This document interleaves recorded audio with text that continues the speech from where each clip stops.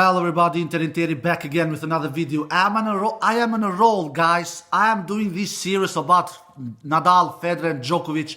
My top 6 reasons why they are murderous good on clay, Nadal on hardcourt grass, Federer. And now it is, of course, Novak's turn. Why? My top 7 reasons in Novak's in case he is murderous good on hardcourt / grass. Like I said, in Novak's case, my friends, it is 7 reasons. I cannot have 6 reasons here because he has an asset that I just must have on this list. And let's not waste any time, my friends. Let's get into this. On my number 7 place, why my top 7 reasons why Novak Djokovic is so murderous good on hardcourt grass is like in Rafa's case, like in Roger's case, this is the case with Novak Djokovic as well. On my number 7 place is, of course, because he's murderous talented.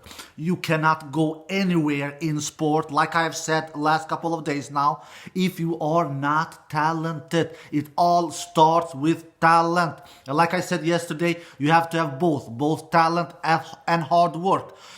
Because we have seen in the past, some players, they have the talent, a la some players have the hard work, a la David Ferrer. He is a tremendous hard worker, but he's not as talented as Djokovic, Nadal and Federer. And then we have the vice versa as well, like Kyrgios, like Safin, like Leighton Hewitt. Leighton Hewitt is a great example as well. Leighton Hewitt, he was a huge, great worker. He was a tremendous great worker. He trained like a machine. But we all know that he was not as gifted, he was not as talented as Federer, as Djokovic, as Nadal. And Safin, he had tremendous talent, but he was not as... He was not... I'm not saying that he was Kyrgios, because he wasn't, but he didn't like to train hard. He didn't. He even admitted that himself a couple of times during his career. He said that I sometimes I just want to take a break for 1 week or 2 weeks without even touching a ball during the season. I'm meaning, not after the season is over. So you have to have both. You have to have talent, you have to have hard work, and of course Djokovic has both of these. He's murderous talented because if that was not the case, he would never have been this successful without any question of a doubt. So on my number 7 place, I have, of course, because Novak Djokovic is murderous talented. Alright, we go on. On my number 6 place, I have Novak's fitness cardio. Yeah, my friends, Novak is he has a really good fitness. He has great cardio. And this wasn't the case in his early stages of his career. Like we remember when he was 18, 19, 20 years old, even 21, 22, he didn't have tremendous good cardio, tremendous good fitness. He could pull out matches.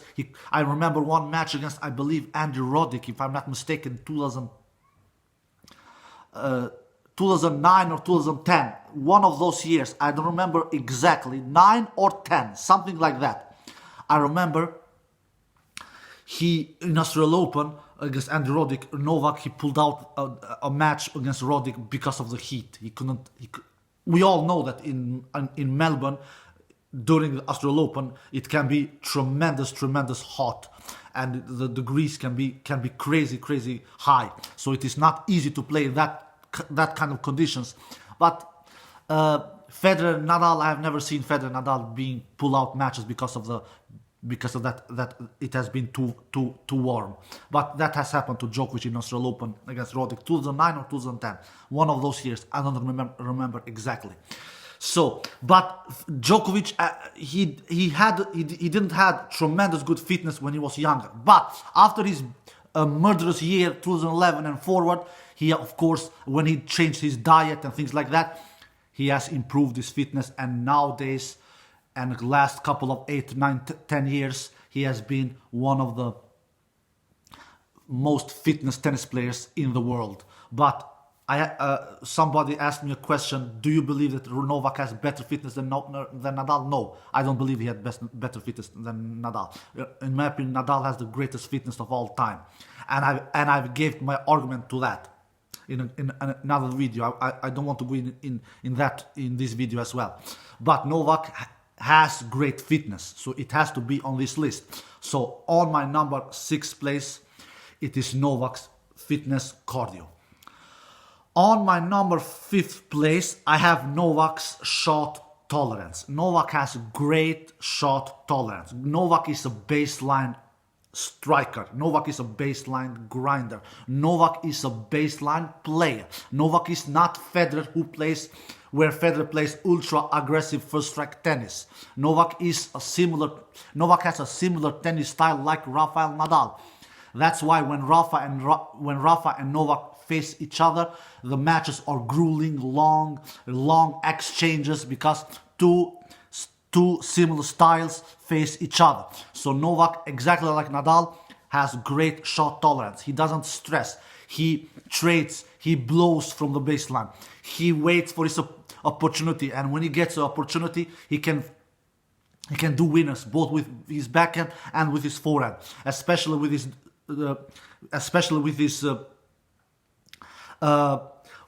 backhand down the line, and with his forehand cross. I am in big love in Novak's forehand cross. In my opinion, Novak's forehand cross is better than Federer's and better than Rafa's forehand crosses. Novak's forehand cross is just a beauty when he feels it. Not all the time, but when he feels it, when he's in the flow, when he's in the full flow, Novak's forehand cross is just a beauty, especially against Nadal. I have seen it so many times. Novak just push Nadal. He just spins the ball with his forehand and just push Nadal to the corner, tills Nadal is already out of the court, and then Rafa will do a short return with his backhand, and then Novak he steps into the court and he can do whatever he wants. He can hit a forehand inside forehand, or he can hit a cross-court backhand. So Novak's forehand cross is just a beauty. So Novak has great shot tolerance. He doesn't stress on the court. He waits for his opportunity. He's like...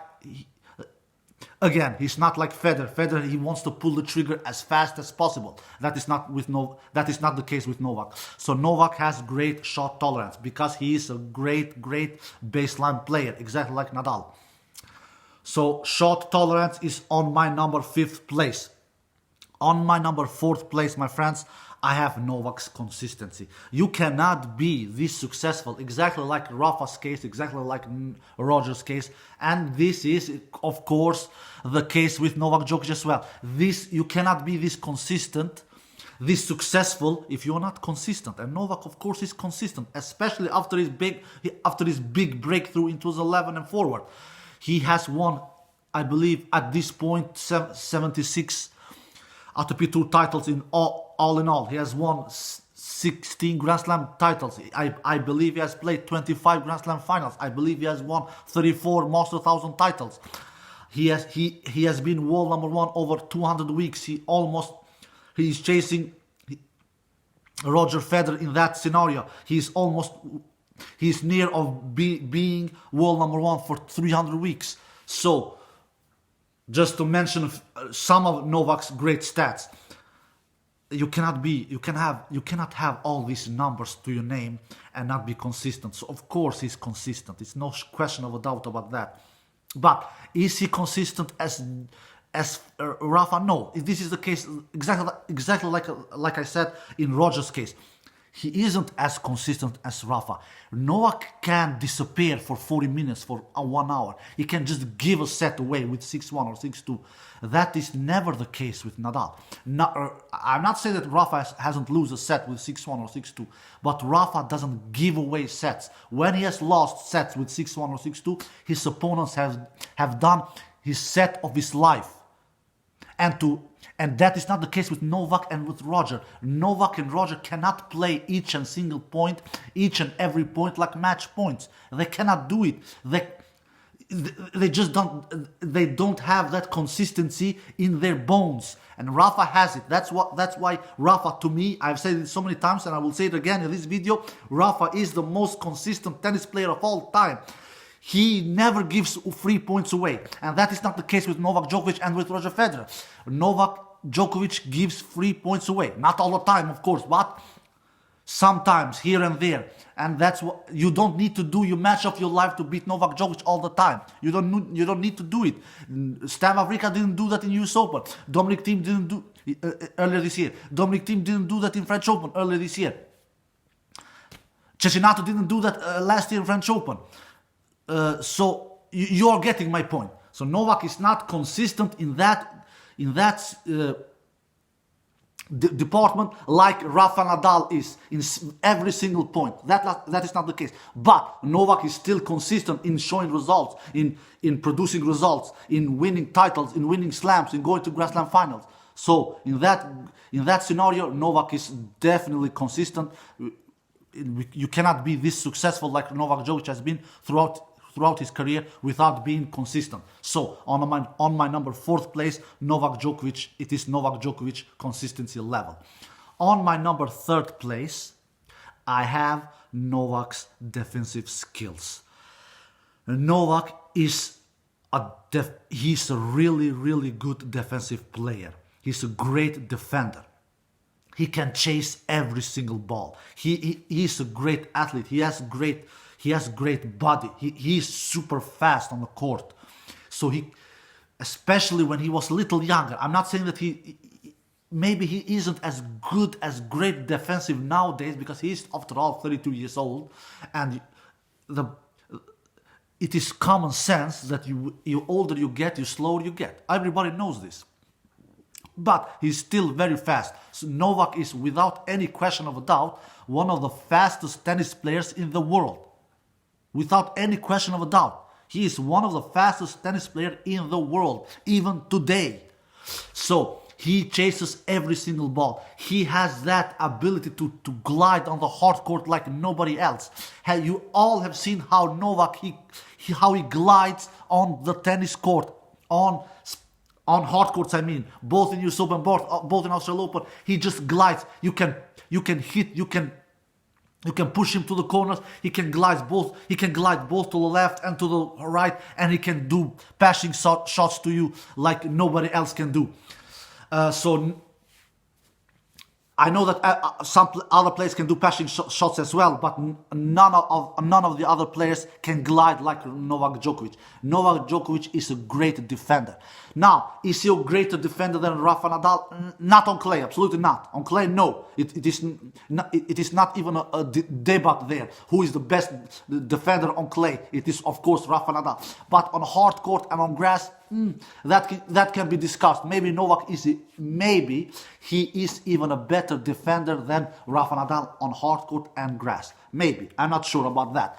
But Novak is, without any question of a doubt, one of the best defender players I have ever seen in my life. It is so, when Novak is in his prime, when he was in his prime, and today as well sometimes, when Novak is feeling the ball really clean and hitting the ball really clean, and he's in that full flow, it is literally speaking like playing against a wall. Literally speaking like playing against a wall. Everything you hit at him, he hits back at you. So because he's so fast, he's so elastic with his body, he's so great athlete, he runs so fast, it is literally speaking impossible to make winners against him when he's in shape, when he feels the ball really clean, and when he's in that full flow. So Novak's on my number 3rd place. I have Novak's tremendous defensive skills. All right, we go on. On my number 2nd place, I have Novak's mentally. He is a mentally monster, a mentally terminator. I even said that yesterday when I did the Roger video. Novak is a mentally animal, my friends. Novak is not as talented as Nadal, not as talented as Federer, not at least in my opinion, but he is stronger mentally than both of those two guys. I said it already yesterday and I will say it today as well. When Federer and Novak has played Grand Slam matches and the matches has gone to the full distance, that has happened in 4 times, Novak has won all of those matches. When Novak and Rafa has played Grand Slam matches and the matches has gone to the full distance, which has been in 3 occasions, Novak has won 2 of them. So Novak has played 7 matches on the Grand Slams when the matches has gone to the full distance, and Novak has won 6 of them. Why? Because he's a mentally terminator. He's stronger than Federer mentally. He's stronger than Rafa mentally. Novak won that Wimbledon final earlier this year against Djokovic against Federer with his head. Not with his tennis skills, not with his talent, not with his fitness, because Roger has a great fitness as well. He won it with his head. You know, sport is not only about talent, it's not only about fitness, it's not only about consistency, it's not only about shot tolerance, it is not only about, you name it really. It is very, very much on the mental part as well.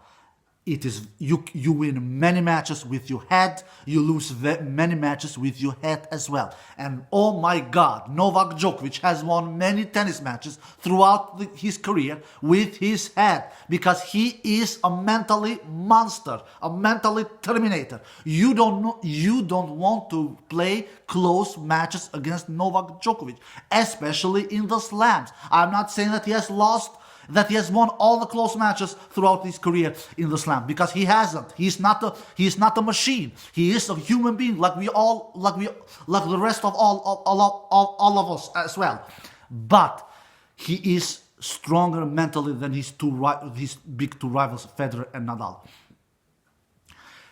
Federer and Nadal, they don't want to play close matches with Novak Djokovic in the Grand Slams. They really don't want to, because if they do, they know that the risk, that the chance, that the opportunity will be very, very little for Federer and Nadal to win. Like I said, Novak has played 7 matches against his 2 big rivals in the Grand Slams when the matches go to the full distance, and he has lost only 1. 2013 French Open semi-final against Rafael Nadal. That is the only match he has lost when the matches has gone to the full distance in the Grand Slams. I mean, when the matches has gone to a 5th set. So, and how has Novak won those matches? How has he won those matches? With his fitness, with his talent, with his consistency, with his shot tolerance, with his shot making? No, with his head. With his head, my friends, nothing else. With his head. Roger Federer lost that Wimbledon final because he wasn't stronger than Novak Djokovic mentally. Period. So, Novak's, on my number 2nd place, I have Novak Djokovic mentally assess. He is a mentally terminator. Like I said yesterday, Roger Federer is a magician on the court, Rafa Nadal is a consistency beast, and Novak Djokovic is a mentally terminator. And on my number 2nd place on this list, I have Novak Djokovic as mentally terminator. On my number 1st place, this was an easy choice for me to pick. Why Novak? My top 7 reasons why Novak Djokovic is murderous good on hardcourt grass. And on my number 1st place, this was an easy choice for me, my friends. Are you excited which one I'm going to say? And here it comes. It is his ability to play with deep shots. I have never seen a tennis player, have so tremendous depth when he plays tennis like Novak Djokovic. For Novak Djokovic, when he plays tennis, it's all about depth. He has so tremendous good depth when he plays tennis, my friends. The ball that he hits, you name it, forehand, backhand, especially returns. He is the greatest serve returner of all time, in my opinion. He hits all those 3 shots, forehand, backhand, returns with depth. His balls, they land on the baseline, my friend. One time I remember my brother said, who also loves tennis, but not like me, I'm a tennis crazy dude. He told me, my brother, how can Novak Djokovic hit so many deep shots all the time? Is it luck, or is it that he has some tremendous good skills? I said to him, it cannot be. If he did that for 1 month or 2 months or a half year, then we could say that it is luck. But he has done it more or less throughout his career, at least since his big breakthrough since 2011. So it is not luck, it is skills. He has that ability to hit so great deep shots that lands just a couple of inches before the baseline. That is his biggest weapon, in my opinion. Novak Djokovic's biggest weapon is depth. Both with his backhand, both with his forehand, and especially with his returns. Oh my God, we all have seen throughout the years players hit huge bombs, players hit great, powerful service. And Novak Djokovic, he returns them with great depth. And we all know, you guys who have played tennis, and I'm guessing that many of you have played tennis, to get the ball, to get the return, just who lands just 1/2 meter or 1 meter before your feet, it is very difficult to do something with that shot. It is very difficult because you will be stressed, you will be out of the balance, you will not have time to do anything good with that return. To do good, I mean to do good with that return, to do some great damage with that. And Novak Djokovic, his ability to play with depth is his biggest weapon, in my opinion. His biggest weapon. And when Novak doesn't feel it, and when Novak is not in the full flow, then this ability to play with depth, it isn't good.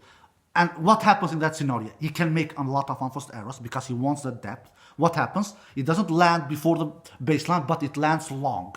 Or he will not have a clean hit on his shots, and he will do a lot of unforced errors. When Novak doesn't feel it, when Novak isn't in that full flow. But when he's in that full flow, he has so tremendous good depth. And he will make his opponent's life a nightmare. So, there you have it, my tennis friends all around the world. My top 7 reasons why Novak Djokovic is murderous good on hardcourt grass. On my number 7 place, I have his talent. On my number 6 place, I have his fitness cardio.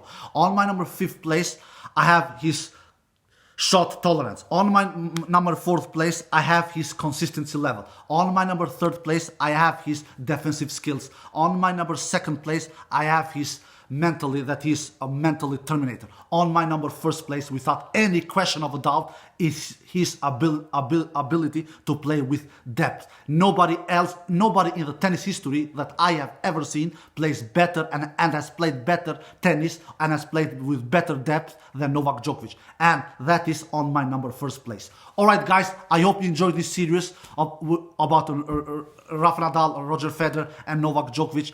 Why my top 6 list on Rogers and Rafa's case, and Novak's case, 7 reasons why I believe these 3 are murderous good on clay, Rafa's case, hardcourt grass, Novak's and Rogers' case.